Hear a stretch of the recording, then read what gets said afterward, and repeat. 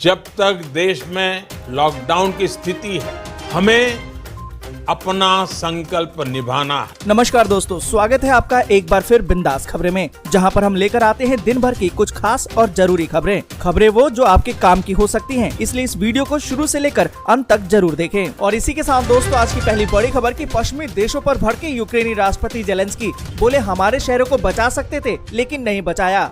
आपको बता दें कि यूक्रेन के राष्ट्रपति जेलेंस्की ने यूक्रेन के शहरों और नागरिकों को रूसी हमलों से नहीं बचाने के लिए बिना नाम लिए पश्चिमी देशों को दोषी ठहराया है। आपको बता दें कि जेलेंस्की ने कहा कि पश्चिमी राष्ट्र पिछले 13 दिनों में स्पष्ट रूप से आवश्यक निर्णय लेने में विफल रहे हैं, जिनमें कि रूसी हमले को रोकने के लिए यूक्रेन पर नो फ्लाई जोन के आदेश देना भी शामिल है। उन्होंने कहा कि जहां इन हमलों के लिए रूस दोषी है, तो वहीं वे लोग भी अपनी जिम्मेदारी से नहीं भाग सकते जो अपनी पश्चिमी दफ्तरों में पिछले 13 दिन से बैठे हैं और कोई आवश्यक निर्णय को मंजूरी नहीं दे पाए हैं। उन्होंने हमारे शहरों को इन हमलों से नहीं बचाया, जबकि वे ऐसा कर सकते थे। और इन सभी के बीच दोस्तों, अगली बड़ी खबर की यूक्रेन का आरोप, रूस ने मारियापोल में 3 लाख नागरिकों को बनाया है बंधक। आपको बता दें कि रूस और यूक्रेन के बीच में जो जंग छिड़ा हुआ है, उसका आज 14वां दिन है। एक तरफ दोनों देशों के बीच में वार्ता चल रही है, तो वहीं दूसरी तरफ रूस ने यूक्रेन पर हमले और तेज कर दिए हैं। इस बीच यूक्रेन के पूर्वी शहर सूमी में नागरिकों को रूसी हमले से बचाने के लिए सुरक्षित गलियारा मंगलवार को खुला। और इस बीच आपको बता दें कि यूक्रेन के विदेश मामलों के मंत्री ने ट्वीट करके बताया कि रूस ने मारियापोल में 3 लाख नागरिकों को बंधक बना लिया है। और इन सब के बीच दोस्तों, अगली बड़ी खबर की रूसी सेना ने यूक्रेन में तबाह किए 2500 से अधिक मिलिट्री ठिकाने, न्यूक्लियर प्लांट पर कब्जा अगला टारगेट। आपको बता दें कि रूसी सेना यूक्रेन में अब तक करीबन 2500 मिलिट्री ठिकानों को तबाह कर चुकी है। रूसी एजेंसी ने रूसी रक्षा मंत्रालय का हवाला देते हुए बताया कि रूस ने अपने सैन्य अभियान की शुरुआत के बाद से यूक्रेन के 2482 मिलिट्री ठिकानों को तबाह कर दिया है। बड़ी संख्या में सैन्य ठिकानों को निशाना बनाने के बाद अब रूसी सेना का अगला टारगेट यूक्रेन के न्यूक्लियर प्लांट है। और इन सब के बीच दोस्तों, अगली बड़ी खबर की पुतिन को घेरने की अमेरिका की नई रणनीति, रूसी तेल और कोयले के आयात पर लगाएगा प्रतिबंध। आपको बता दें कि रूस और यूक्रेन युद्ध का 13 दिन तो बीत चुका है और आज 14वां दिन है। 2 बार इस बीच बैठक हो चुकी है जो बेनतीजा रही है। सोमवार को दोनों देशों के बीच फिर से बातचीत हुई, वो भी बेनतीजा रही। इस बैठक में शहरों में फंसे नागरिकों के लिए मानवीय गलियारा बनाने पर कुछ सकारात्मक चर्चा जरूर हुई। और इन सब के बीच रूस पर अमेरिका द्वारा लगातार प्रतिबंध लगाए जा रहे हैं। अब खबर तो ये है कि अमेरिका रूसी तेल और कोयले के आयात पर भी प्रतिबंध लगाने पर विचार कर रहा है। LNG के आयात पर अब अमेरिका कोई बड़ा फैसला ले सकता है। और इन सभी के बीच दोस्तों, अगली बड़ी खबर की रूस के समर्थन में उतरा चीन, किया पाबंदियों का विरोध।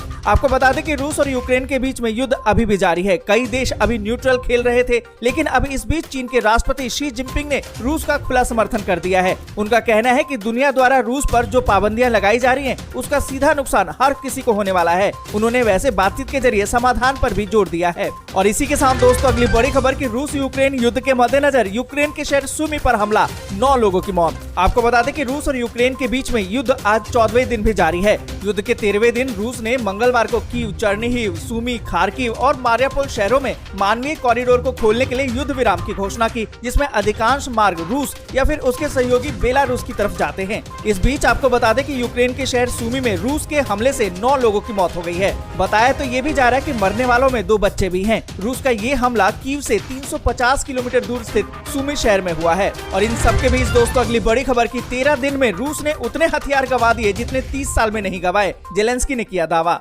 आपको बता दें कि रूस और यूक्रेन के बीच में 13 दिन का युद्ध बीत चुका है। स्थिति अभी भी जमीन पर सुधरी नहीं है और तनाव का माहौल बना हुआ है।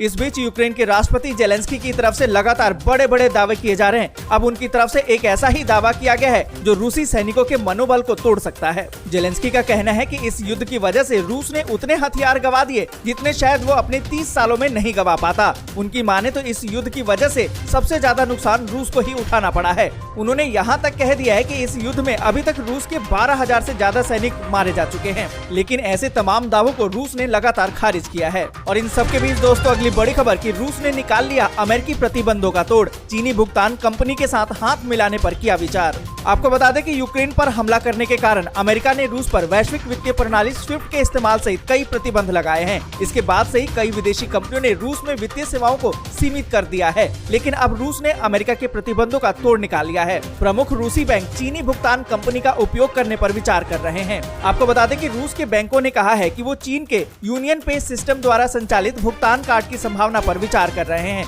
रूस के सबसे बड़े बैंक ने कहा है कि वो लॉन्च की तारीख की घोषणा बाद में करेगा। और इसी के साथ दोस्तों अगली बड़ी खबर की यूक्रेन पर हमले के बाद प्रतिबंधों की बौछार, कई कंपनियों ने रूस से कर लिया किनारा। आपको बता दें कि कहते हैं कि दो देशों के बीच में युद्ध से नुकसान दोनों का होता है, भले ही कोई जीते या हारे, कुछ ऐसा ही दिखाई दे रहा है। 13 दिन का युद्ध बीत चुका है। रूस और यूक्रेन में युद्ध अभी भी जारी है, जहां एक और रूसी हमले से यूक्रेन के शहर तबाह हो रहे हैं, तो वहीं दूसरी तरफ रूसी राष्ट्रपति व्लादिमीर पुतिन के हमले के फैसले के बाद रूस पर प्रतिबंधों की बौछार हो गई है। आपको बता दें कि हमले के बाद यूरोपीय यूनियन ने रूस के 7 बड़े बैंकों को स्विफ्ट से बाहर का रास्ता दिखाया, तो वहीं एप्पल, गूगल और माइक्रोसॉफ्ट समेत दुनिया भर की कंपनियों ने हमले को गलत ठहराते हुए देश में अपनी सेवाएं रोक दी। हाल ही में नेटफ्लिक्स, टिकटॉक और सैमसंग जैसी कंपनियां भी इस सूची में शामिल हो गई हैं। ऐसे ही तेल और गैस की कंपनियां भी रूस से अब अपना व्यापार निकालना शुरू कर दिया है। टेक कंपनियों की बात करें तो एप्पल, माइक्रोसॉफ्ट ने तो पहले ही दिखा दिया था। वहीं जकरबर्ग की फेसबुक ने भी रूसी स्टेट मीडिया के लिए एडवर्टाइजिंग बंद कर दिया है।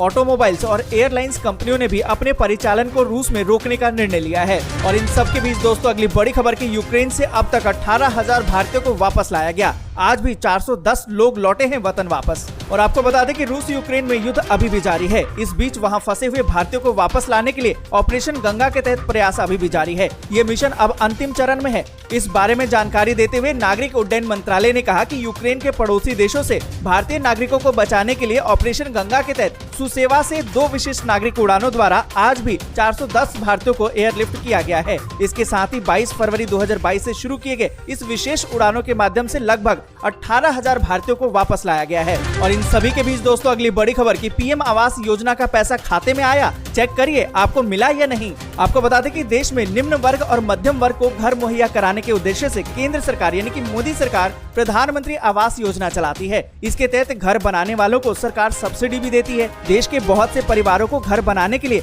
आर्थिक सहायता मुहैया कराई जाती है। इस योजना के तहत पहली बार मकान खरीदने पर सरकार की तरफ से 2,67,000 रूपए की सब्सिडी दी जाती है। आपको बता दें कि अगर आपने कोई गलत जानकारी भरा है तो आपको सब्सिडी का पैसा नहीं मिलता है। तो जरूरी है कि आप अपनी उन गलतियों को सुधार लीजिए और देखिए कि सब्सिडी का पैसा आया है कि नहीं। कमेंट जरूर कीजिए। और इसी के साथ दोस्तों अगली बड़ी खबर की आज से बिना इंटरनेट के बटन वाले फोन से कर सकते हैं पैसे ट्रांसफर। आपको बता दें कि अब आप अपने बटन वाले फोन से भी यूपीआई पेमेंट कर पाएंगे। आरबीआई गवर्नर शशिकांत दास ने इसके लिए यूपीआई को लॉन्च कर दिया है। इसका नाम यूपीआई 123 पे का नाम दिया गया है। उन्होंने डिजिटल पेमेंट्स के लिए 24 घंटे 7 दिन की हेल्पलाइन भी लॉन्च कर दी है। और आपको बता दें कि स्कैन और पे छोड़कर सभी तरह के ट्रांजैक्शन इससे किए जा सकेंगे। इसमें पेमेंट के लिए इंटरनेट की जरूरत नहीं होगी। इस्तेमाल करने के लिए यूजर्स को अपने मोबाइल नंबर और बैंक अकाउंट को लिंक करवाना होगा। और इसी के साथ दोस्तों अगली बड़ी खबर की होली पर घर जाना होगा आसान। गुजरात महाराष्ट्र के लिए अब चलेंगी सुपर फास्ट स्पेशल ट्रेनें। आपको बता दें कि होली के त्योहार के मद्देनजर भीड़ को देखते हुए रेलवे ने लगातार स्पेशल ट्रेनों की घोषणा कर दी है। आपको बता दें कि रेल यात्रियों को होली से पहले स्पेशल ट्रेनों का तोहफा देकर उनकी यात्रा को सुखद और आरामदायक बनाने का काम किया जा रहा है। उत्तर पश्चिम रेलवे की तरफ से राजस्थान, गुजरात और महाराष्ट्र के लिए एक जोड़ी स्पेशल सुपर फास्ट ट्रेन संचालन का निर्णय लिया गया है। इससे पहले रेलवे ने पहले ही घोषणा कर दी थी कि यूपी और बिहार के लिए भी खास शहरों के लिए वो स्पेशल ट्रेनें चलाएगा। पल-पल की खबर के लिए जुड़े रहिए हमारे साथ और देखते रहिए बिंदास खबरें। पर उससे पहले अगर अभी तक आपने चैनल को सब्सक्राइब नहीं किया तो सब्सक्राइब कीजिए और लाइक कीजिए। जय हिंद, जय भारत।